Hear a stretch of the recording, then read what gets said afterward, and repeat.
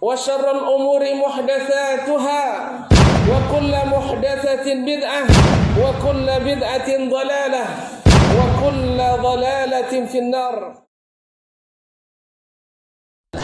kaum muslimin dan muslimat, anna Rasulullah sallallahu alaihi wasallam, Anas menceritakan bahwasanya Rasulullah sallallahu alaihi wasallam akhadha sayfan yauma Uhud.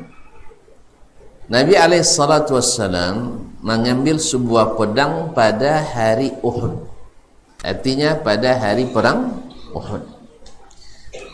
Faqala, lalu dia berkata, Rasul sallallahu alaihi wasallam berkata, man ya'khudhu minni hadha.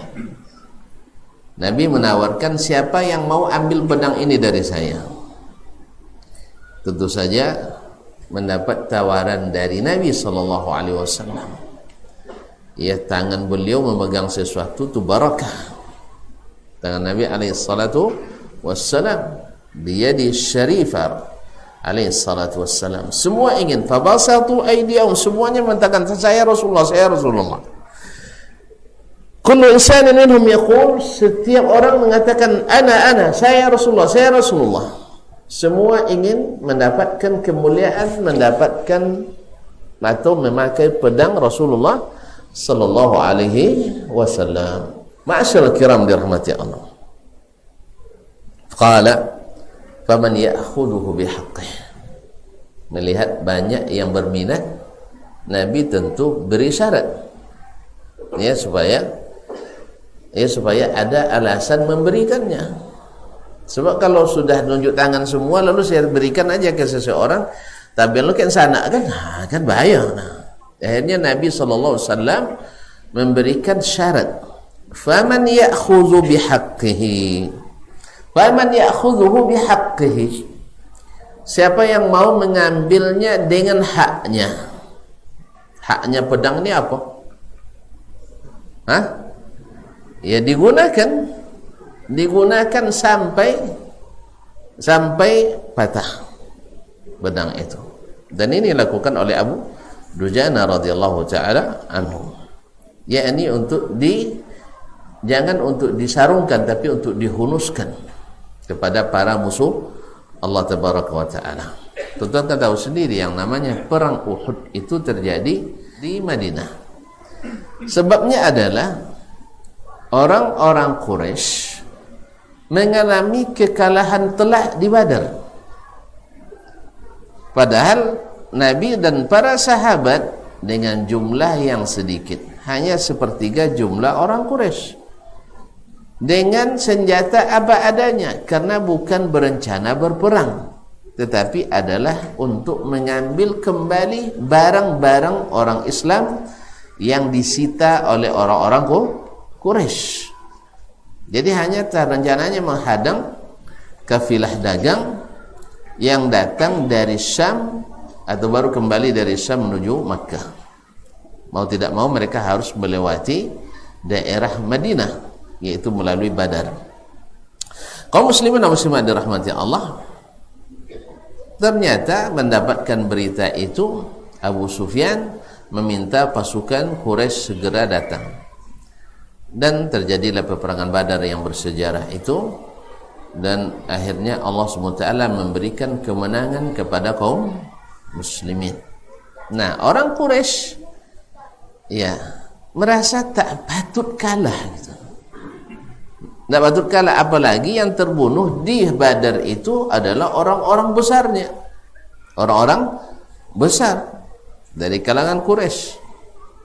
Makanya mereka ingin mengambil atau ingin membalas dendam lah, ya'khudhuna ats-tsa'ar, ingin balas dendam. Maka mereka bersiap dengan kekuatan 3.000 pasukan menuju Madinah. Waktu itu Nabi SAW bermesyuarat di Madinah dengan para sahabat, apakah musuh ini, orang Quraisy yang sudah bergerak ini, kita sambut di Madinah dalam kota, atau kita hadang di luar kota Madinah? Usulan para senior, lebih baik di Madinah saja, dalam kota. Perang perang kota lah. Alasan mereka sebab kita bisa lempari mereka atau kita panah mereka dari dalam rumah kita sendiri. Zaman dulu kan tidak ada bom kan, tidak ada rudal. Nah, mereka perangnya dengan lembing, dengan pedang, dengan dengan panah dan seterusnya. Tapi anak-anak muda, Masya Allah, yang bersemangat, sebab kemarin di Badar umurnya belum sampai. Sekarang pas sudah balik, dah sampai umur, mereka nak ingin ikut perang Uhud. Ya, kalau kita dengar aja dengan perang dah, dan tak notor aja nya. Mereka tak tuduhan ni, subhanallah. Kaum muslimin dan muslimat dirahmati. Enggak. Mereka sampai berjalan berjinjit, besi jingkik. Kita tahu si jingkik tu bang? Berjinjit. Supaya kelihatan lebih tinggi dari aslinya. Supaya tidak disortir oleh Nabi sallallahu alaihi wasallam. Kenek pun oleh apa tidak. Jadi sampai mereka meninggikan badannya dengan berjalan di atas ujung-ujung jarinya, berjinjit atau besi jingkik. Nah, tapi subhanallah, melihat semangat itu, mereka akhirnya Nabi SAW masuk ke dalam rumahnya dan lalu memakai baju perangnya, pakai baju persiapan perang dan keluar.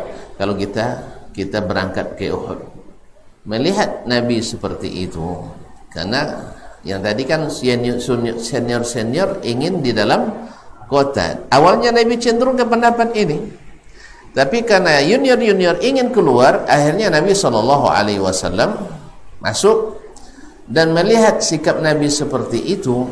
Para anak-anak muda ini kembali minta maaf ke Nabi SAW. Ya Rasulullah, kami siap dimanapun perang Rasulullah. Kalau engkau ingin dalam kota, kami siap di dalam kota Madinah. Tapi kata Nabi sallallahu alaihi wasallam, la yanbaghi lin-nabiyyin idza labisa la'matahu ayanzi'aha. Tak patut seorang nabi bila sudah memakai pakaian perangnya membuka kembali. Sekarang kita berangkat ke Uhud. Singkat cerita kaum muslimin dan muslimat dirahmati Allah, jadilah perang Uhud perang yang bersejarah, yang termasuk salah satu dari perang besar dalam Islam, yang juga merupakan tonggak kebesaran kaum muslimin dan kehebatan mereka dengan izin Allah Tabaraka wa Ta'ala. Sebagaimana di dalamnya terdapat pelajaran bahawa sesungguhnya pelanggaran sekecil apapun terhadap perintah Nabi SAW menyebabkan akibat yang sangat fatal, sampai-sampai Nabi SAW hampir saja terbunuh. Nanti insyaAllah kita sampaikan. Nah, ketika mendapatkan tawaran man ya'khudhu, faman ya'khudhu bihaqqihi fa ahjamal qaum. Mendengar siapa yang mau mengambilnya dengan haknya, ini bersyarat, ini SKB, syarat dan ketentuan berlaku. Maka mereka pada tawaqqafu, mereka akhirnya tidak lagi berani tunjuk tangan. Bukan karena tidak berani perang, cuma mereka tidak tahu syaratnya apa. Takut nanti syarat itu tak tertunaikan oleh mereka. Maka akhirnya mereka menahan diri. Nah, di saat itulah, di sini masuknya hadis ini dalam bab ini, al-mubadarah, bersegera. Ya, bersegera berinisiatif untuk melakukan kebaikan. Maka faqala Abu Dujanah, berkata Abu Dujanah radhiyallahu taala anhu. Siapa Abu Dujanah? Abu Dujanah adalah namanya seperti dijelaskan oleh Imam An-Nawawi, Simak ibn Kharshah Al-Ansari Al-Khazraji As-Sa'idi, dari Bani Sa'idah, dari Bani Sa'idah. Aslama mubakiran, dia termasuk yang awal dari kalangan Ansar masuk Islam bersama para pendahulu Al-Ansar yang masuk Islam bersama Nabi alaihi salatu wassalam. Masyarul kiram dirahmati Allah Subhanahu wa taala, wafat tahun 12 Hijriah, dan perjuangannya bersama Nabi alaihi salatu wassalam sangat terkenal, khususnya dalam perang Uhud ini. Sehingga perang Uhud ini disebutlah sebagai, atau terkenal Abu Dujana sebagai harinya Abu Dujana radhiyallahu taala anhu. Ma'asyiral kiram dirahmati Allah. Qala faman ya'khudhu bihaqqi qala ana akhudhuhu bihaqqihi. Ya Rasulullah, dia tak tanya lagi, saya siap untuk mengambil pedang itu dengan haknya. Tak perlu tanya lagi, sebab ini masalahnya kalau terlambat sedetik kita tak dapat. Dalam perlombaan ini saya ambil dengan haknya. Soal haknya apa nanti itu lain urusan nanti, ya kan? Soal tak sanggup nanti kan mereka paham bahwa segala yang tak disanggupi kan bisa menyerah kembali. Nah, tapi yang penting saya ambil dulu pedang ini. Ini kemuliaan luar biasa sebab diambil dari tangan Nabi alaihi salatu wassalam. Ma'asyiral kiram dirahmati Allah. Ana akhudhu bihaqqi ya Rasulullah. Saya siap mengambilnya dengan haknya. Nah, inilah mubadarah, yaitu Abu Dujana radhiyallahu taala anhu tidak menyia-nyiakan kesempatan, segera mengambil momen itu untuk mengambil pedang dari Nabi alaihi salatu wassalam. Kaum muslimin dan muslimat dirahmati Allah, fa akhadhahu, lalu Nabi menyerahkan dan dia mengambilnya dari Nabi alaihi salatu wassalam. Fa falaqa bihi hamal musyrikin, dan dengan pedang itu Abu Dujana memecahkan kepala kaum musyrikin. Ham itu adalah jamak dari hamatul. Hama itu adalah ubun-ubun atau di kepala bagian atasnya. Maka dengan pedang itu Abu Dujana memancung atau membelah kepala kaum musyrikin. Ma'asyiral kiram dirahmati Allah Subhanahu wa taala. Jadi syahid dalam hadis ini adalah bahwa Abu Dujana radhiyallahu taala anhu tidak menyia-nyiakan kesempatan tersebut, sehingga dengan demikian akhirnya Allah berikan kehebatan pada Abu Dujana radhiyallahu taala anhu sehingga tidak kurang dari 10 kaum musyrikin yang ditebas dengan pedang itu. Masyaallah kiram dirahmati Allah Subhanahu wa taala.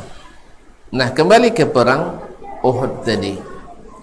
Perang Uhud, Nabi alaihi salatu wassalam pertama tadi sudah atas usulan anak-anak muda tadi, sahabat-sahabat yang masih junior.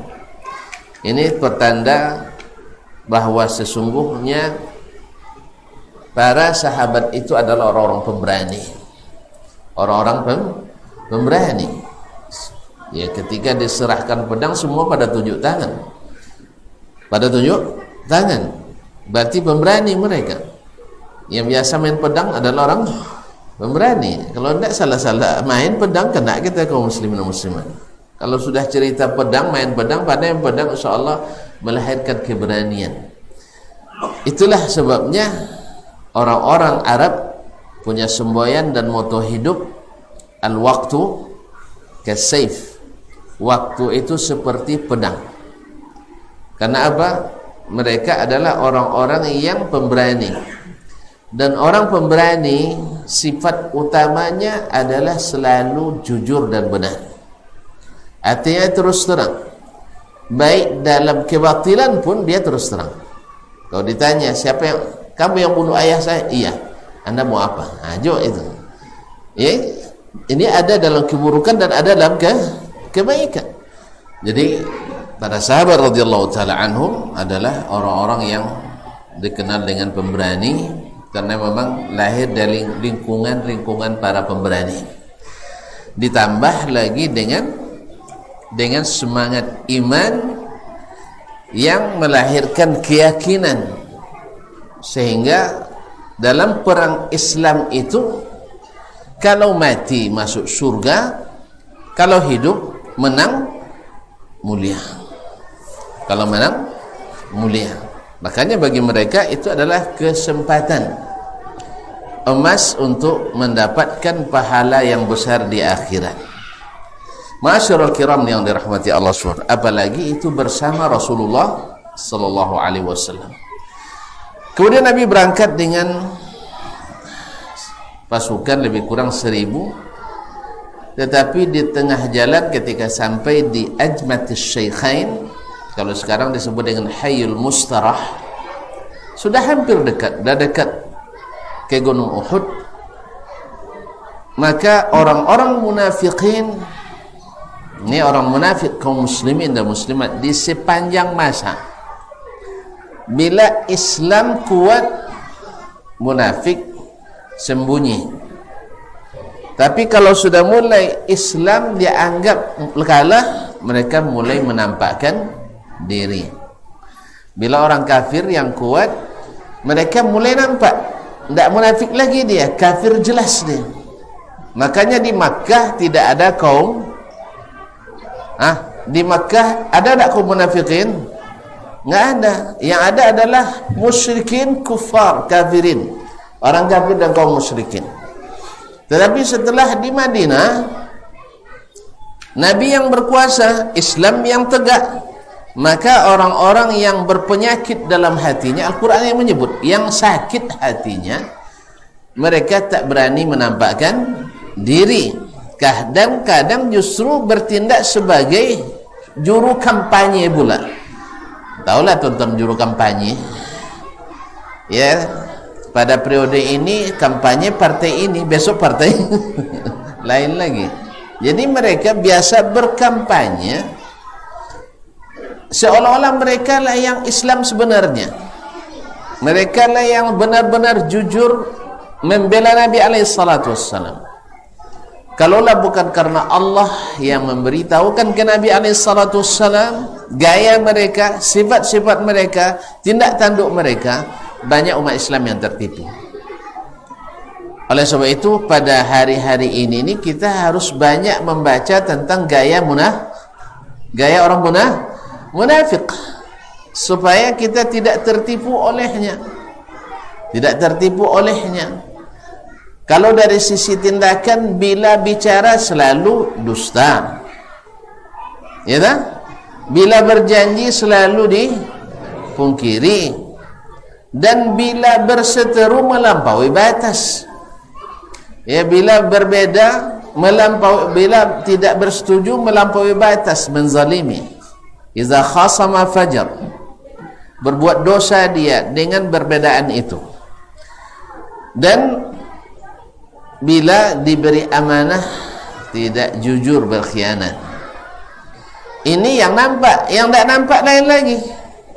Di antaranya mereka bergembira dengan kemenangan orang kafir, sedih luar biasa dengan banyaknya orang Islam. Apalagi kalau sudah dilihat masjid-masjid ramai oleh anak muda, itu risau dia itu. Muslimin dan muslimat dirahmati, risau mereka melihat perkembangan itu. Kaum kunomarkan dulu risau melihat para sahabat dekat-dekat dengan Nabi SAW. Risau melihat mereka manut saja pada Nabi SAW, sehingga tidak jarang mereka menyindir. Orang-orang munafikin itu sering menyindir sahabat-sahabat itu. Kalau bahasa awak contoh kau bawa dia tu aja, patu nak nantu aja, lui tabung. Tidak banding gunung akal kan eranya. Jadi kaum muslimin dan muslimat dirahmati Allah, itu orang munafikin dulu kemudian menyindir para sahabat dengan apa? Dengan orang yang suka nak makan banyak. Apalagi kalau sudah ngaji tentu makan dah. Itulah kanelnya. Jadi dia nak makan mengaji runyanya. Itu disebutkan dulu ke sahabat oleh orang-orang munafikin. Jadi mereka dekat-dekat Nabi itu dia nancai pendapatan, bukan karena beriman betul. Ya kaum muslimin dan muslimat, cemooh-cemooh itu sudah ada di zaman munafikin dulu. Intinya orang-orang munafik bila Islam tegak mereka tak nampak. Makanya harus paham ciri-cirinya. Kaum muslimin dan muslimat dirahmati Allah Subhanahu wa taala. Jadi orang-orang munafikin itu, kebaikan orang-orang non-Islam nampak deh, tapi kebaikan orang Islam tak kelihatan. Oleh itu para sahabat Nabi SAW, orang-orang munafikin di tengah jalan mengarik diri dengan alasan apa? Pertama, mereka sudah berharap betul bahwa pasukan 3.000 orang lawan 1.000 pasti menang yang 3.000. dengan persiapan pasukan berkuda yang banyak, yang kita hanya 2 pasukan berkuda. Persenjataan mereka lengkap, persenjataan kita kurang. Logistik mereka banyak, ditambah lagi ada rombongan musiknya guys. Rombongan biduanita, khamar dan segalanya. Orang-orang Quraisy awal tak ada hiburan dah. Ya, tak ada hiburan, paling semua baca Quran di berzikir. Akhirnya orang-orang munafikin mengira bahwasanya Nabi dan para sahabat akan dilumat oleh orang-orang musyrikin. Maka mereka berani menarik diri dan kembali ke Madinah. Untuk apa lokpainya, penak poneknya kan inyo kan teginya. Kaum muslimin dan muslimat, luar biasa fitnah itu. Sampai sebagian sahabat mulai goyah. Bayangkan dari awal 1,000 sadang 3,000 kan lah kadang tu.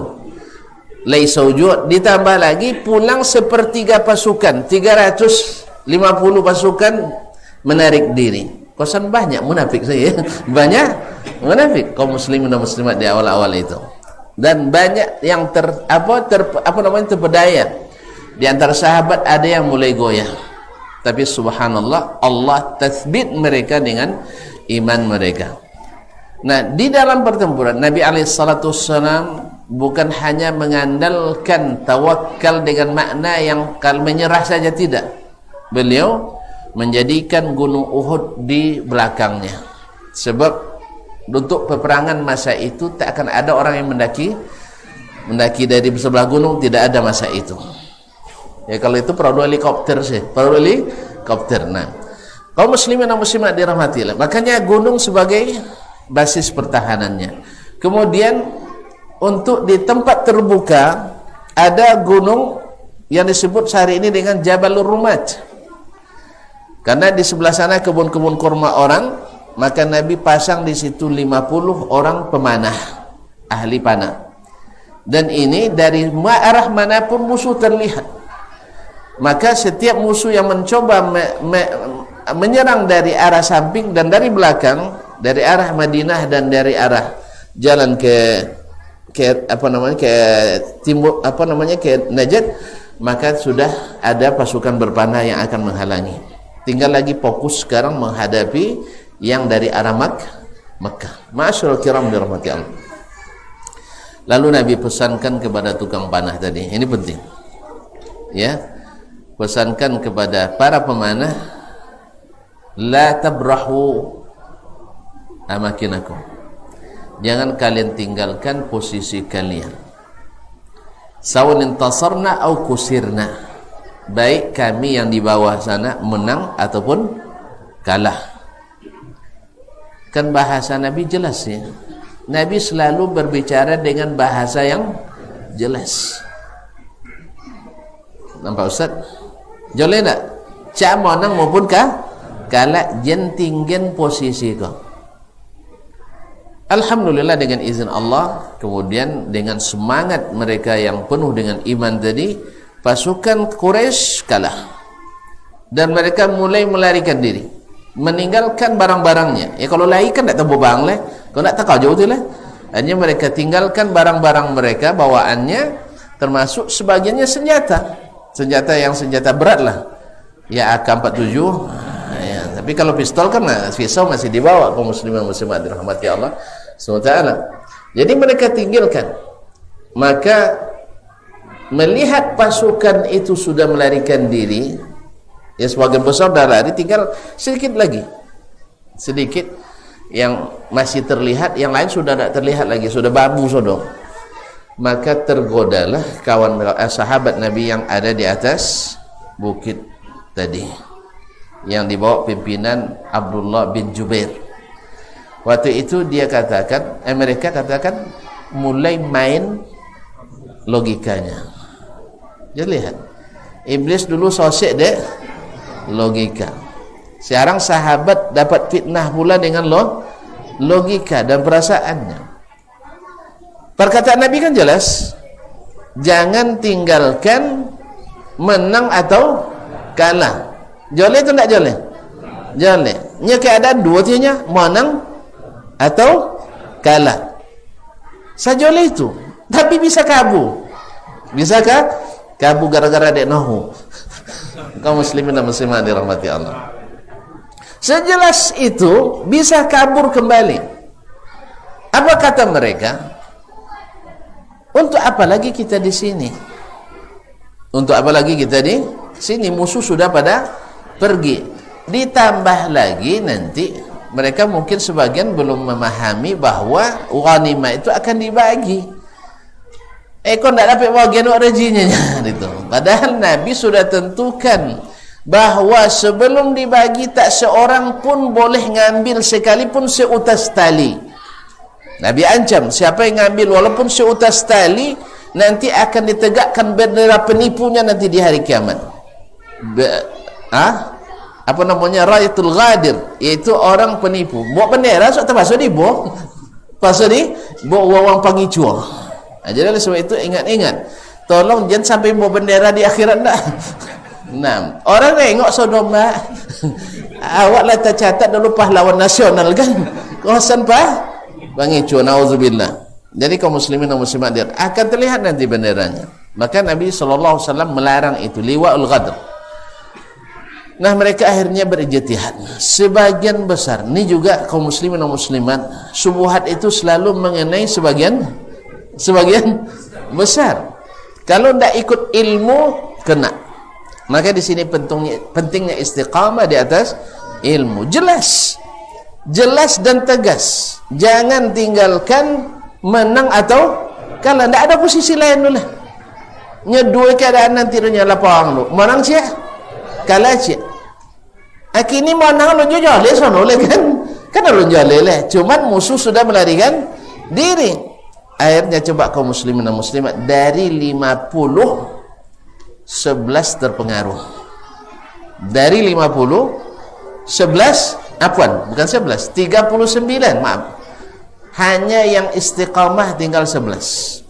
Makanya Allah sebutkan minkum may yuridud dunya wa minkum may yuridul akhirah. Di antara kalian ada yang ingin dunia, dan wajar manusia ingin dunia. Kadang-kadang dicapai dengan takwil tadi. Mereka menakwilkan makna hadis Nabi SAW. Ini maknanya tu guna tak keneknya kan. Maknanya adalah bahwa supaya kita benar-benar hati-hati di sini menjaga posisi. Tapi kalau sudah kan tidak berlaku gitu lah. Ya, zaman Nabi lain, zaman awak lah lain. Tak.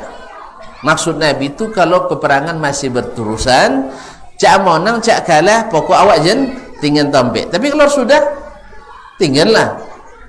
Subhanallah, takwil inilah yang merusak ketaatan sahabat kepada perintah Nabi SAW, dan akibatnya fatal.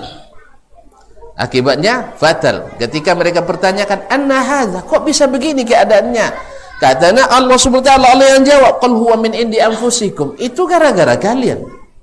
Sudah jelas perintah Nabi kalian, jangan tinggalkan posisi, tapi kalian juga tetap tinggalkan. Makanya kaum muslimin dan muslimat, ini pelajaran berarti. Ya, setiap datang ke tempat itu, kita selalu ingatkan jemaah bahwa kalau sudah jelas larang dan tegah Nabi, dah jelas perintah dan pesuruh Nabi, janganlah lagi diutak-atik lagi dengan logika ini dan itu, dengan takwil ini dan itu. Sebab rusaknya iblis dulu dengan takwil juga. Iblis rusak dengan takwil juga. Apa sebab? Disuruh dulu sujud oleh Allah pada Adam, tak mau dia. Masa yang lebih mulia sujud pada yang lebih hina. Menurut dia Adam kan adiknya. Mana tua iblis pada Adam? Tua iblis lagi kan? Kan tua iblis lagi. Masa nang kenek, masa nang godang tunduk kanan kenek. Apa yang bermain? Akal kan? Iya tak? Masa yang lebih mulia tunduk ke yang lebih tanah, pijak-pijak doang, api dia angkat doang. Kerja? Kalau tanah kena pijak tahu je. Tanah kan kena pijak. Lapa adik di poden juga. Nah, tapi kalau api tu dia angkat doang. Kalau nanti buat olimpiade babu keliling dunia kan, api tu. Kaum muslimin dan muslimat. Makanya iblis akhirnya tidak mau sujud ke Adam. Jadi iblis sendiri kata ana khairun minhu. Khalaqtani min narin wa khalaqtahu min tin. Oleh itu kaum muslimin dan muslimat, ini kalau bicara tentang Uhud banyak sekali pelajaran yang terkandung dalamnya, termasuk nanti bagaimana para sahabat ketika Nabi SAW terdesak, mereka menjadikan tubuh mereka sebagai benteng Nabi SAW, termasuk diantaranya Abu Dujanah radhiyallahu taala anhu. Karena waktu yang membatasi, intinya adalah bahwa Abu Dujanah dalam hadis ini berinisiatif dan segera mengambil kebaikan, dan mendapatkan pedang dari Nabi SAW adalah keberkahan yang luar biasa, sehingga ini masuk dalam mengqabah sebagai credit point, sebagai nilai bagus dan kelebihan Abu Dujanah radhiyallahu taala anhu. Di saat orang lain pada terhenti, dia tetap maju apapun konsekuensinya. Wallahu musta'an wa alaihi tuklan. Barangkali sampai di sini kajian kita malam ini. Sampai jumpa kembali 2 pekan yang akan datang dengan izin ilahi Rabbi. Subhanakallah bihamdik, asyhadu an la ilaha illa anta, astaghfiruka wa atubu ilaik. Wassalamualaikum warahmatullahi wabarakatuh.